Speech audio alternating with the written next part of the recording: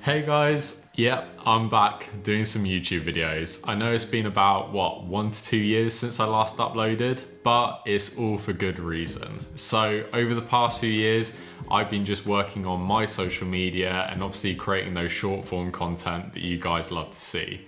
But following on from that, I'm gonna do a video today which is explaining about a tip and trick that you can use to help improve your photos and clean up things such as this object in this image here. Let's just jump straight into it. So the first thing that we need to do is actually change the application that we're using. So at the moment you can see that I'm using Photoshop, but in fact it's a special version of Photoshop because up here it says it's in beta. And this is the key thing that will give us the tools that we need to edit this photo. If you haven't got Photoshop beta, this is how you do it. First, you need to go and open your Creative Cloud application.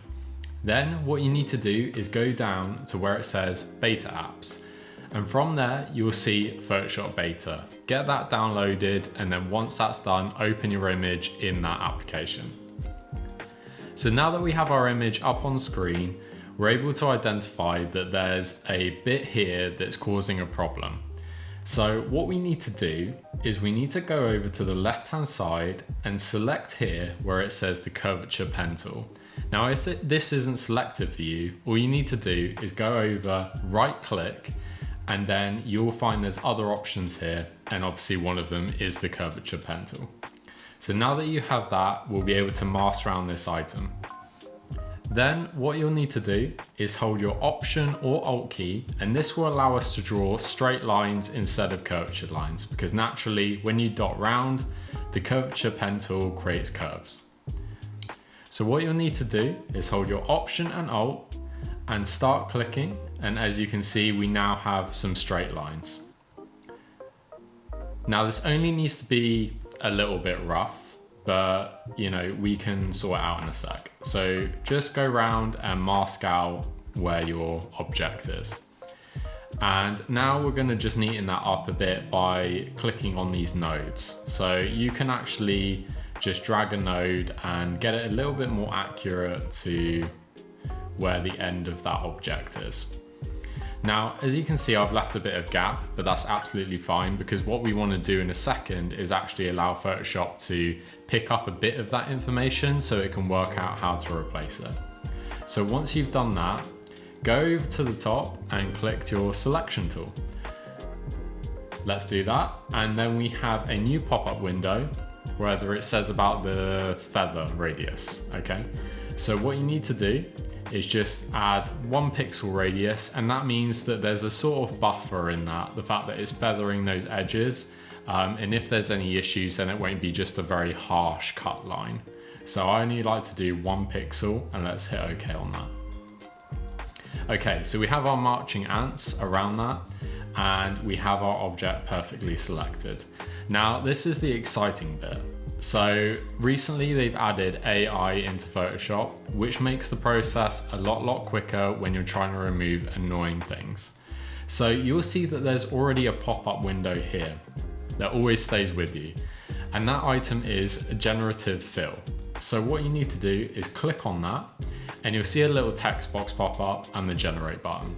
Now you can do either or option. Photoshop will just try and work out for itself based on what you selected and will do its own generation.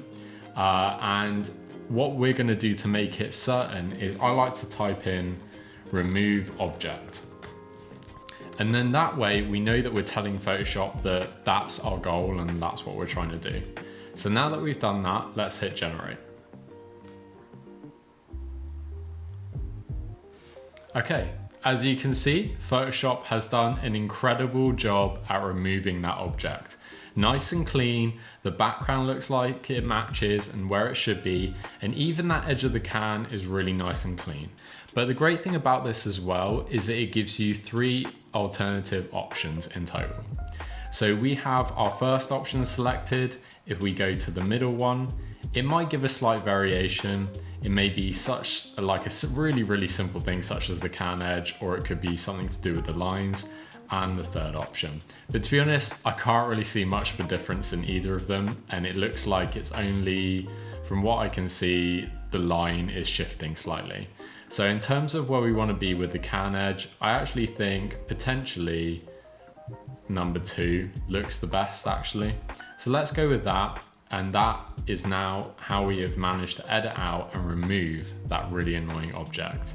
So as you can see, this is a really simple technique that you guys can try, and it helps improve workflow massively, because anytime that we're trying to do any sort of levitation or there's props that are trying to hold things up, we can quickly now mask out those objects and just carry on focusing on the color grading and editing of our final photo.